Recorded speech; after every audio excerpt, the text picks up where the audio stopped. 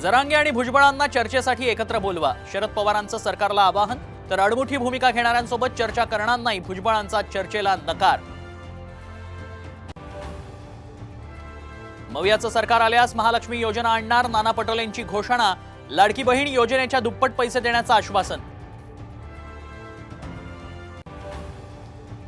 भाजपकडून महायुतीत जागा वाटपाचे अधिकार फडणवीसांना, तर विधानसभेच्या 150हून अधिक जागा लढवाव्यात भाजप नेत्यांचा आग्रह. साम टीव्हीला सूत्रांची माहिती.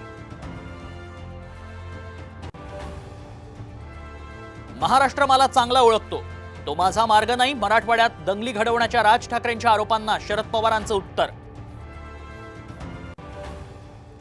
पुण्यातील लोहगावमध्ये RIT कॉलेजच्या आवारात बिबट्याचा वावर, बिबट्याला पकडण्यासाठी शोध मोहीम. तर गुहागरच्या पिंपळमध्ये ब्लॅक पॅन्थरचं दर्शन.